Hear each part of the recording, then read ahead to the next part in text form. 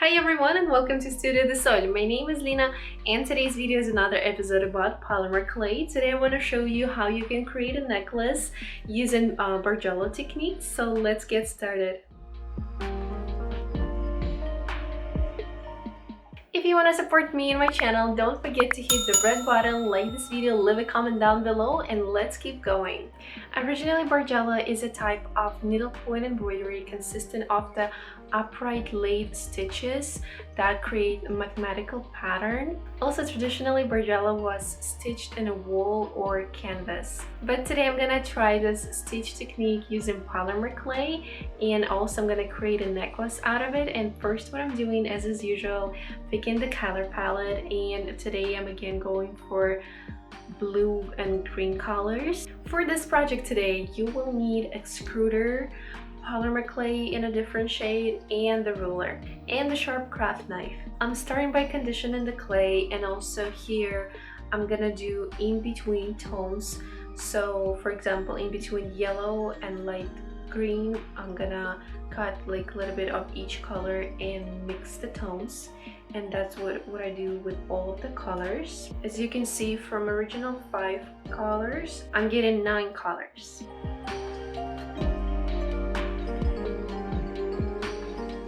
When all the colors are ready, I start uploading them into extruder one by one.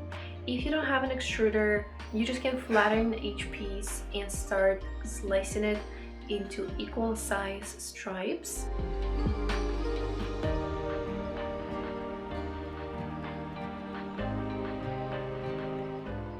And here are all of my 9 colors already in the stripes. And now I'm taking another piece of clay. I'm gonna be using leftover clay. I'm flattening it on a minimum thickness, and then gradually I start applying each of the stripe. I start with the lightest yellow color and going darker to the blue, and then after the blue color I again start with the yellow.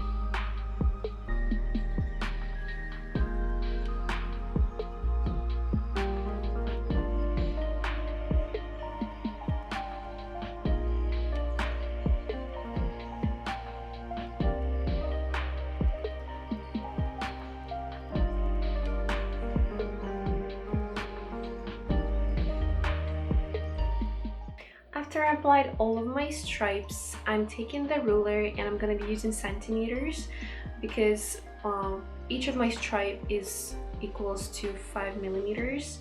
So my squares are going to be 5 millimeters to 5 millimeters, and that's what I'm doing now. Taking the ruler, I'm making little marks every 5 millimeters. The same on the opposite side. And now I'm taking the blade and start slicing it.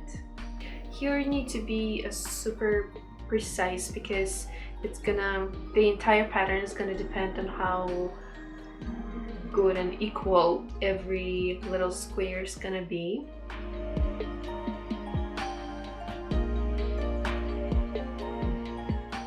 Now I'm taking the piece of the translucent clay. It's gonna be a base for me, I'm warming up and flattering it also on a minimum thickness. And now I start applying the pattern one by one, like by one stripe from one of the sides. I'm taking the piece, also using the ruler, making sure that it's straight and doesn't have any waves. Then I'm taking the second stripe and applying it by one little square lower than the previous stripe. Again, taking the ruler, making sure it's all straight. In the same way, again, like one little square down, and applying the third and the fourth stripe. The fifth stripe is gonna be the lowest, and after that I start going up by one square.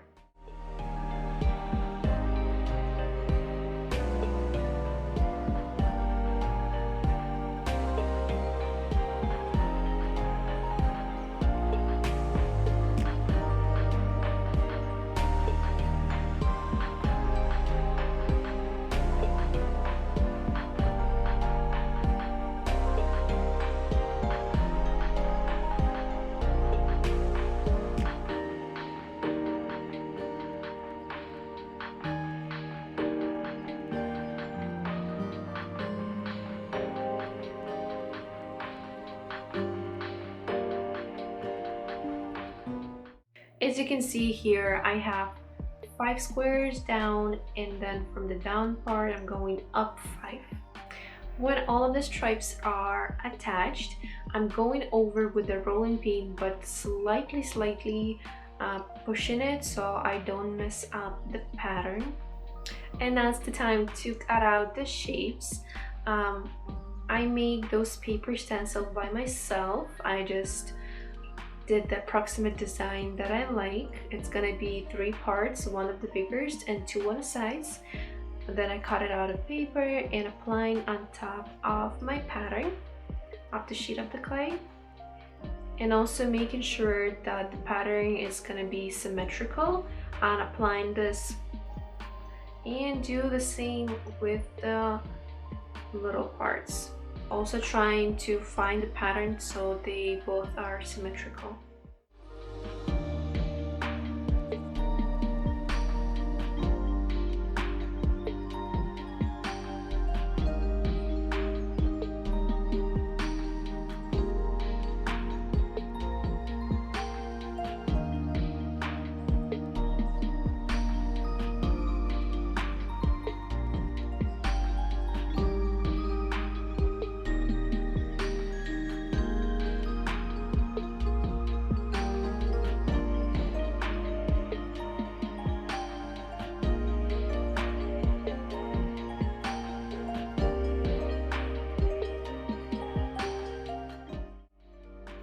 I'm gonna be baking my pieces on the other side of the bowl just to make them a little bit curvy. If you don't want to do that, it's not necessary. You just can bake them flat. And now I decided to do the edging, and for that I'm using the leftover stripes and applying few layers. First is blue, then green, and the lighter yellow-green color. Doing the same thing with the smaller parts, then attaching them to the bowl. Make sure that they like stuck to it. Alright, here are my baked pieces. Everything baked really nice. And what I'm doing now is the fastenings on the back side of the beads. For that I'm going to be using again translucent clay, and I just flatten it and cutting out little stripes and attaching them on the back of my bead.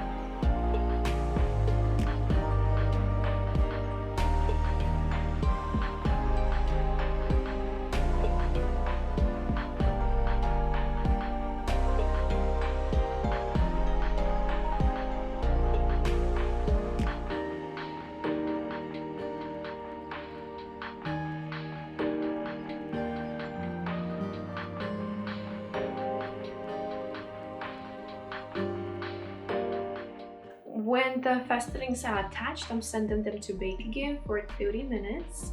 And here's my baked piece. Now we just have left to add some strings and the findings. To keep the side little parts on their spot, I'm just adding a little knot by the bigger bead. And here's the final result.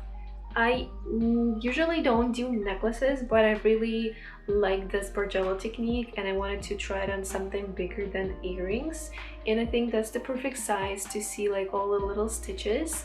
And let me know in the comments below what you think about this project, if you like this tutorial.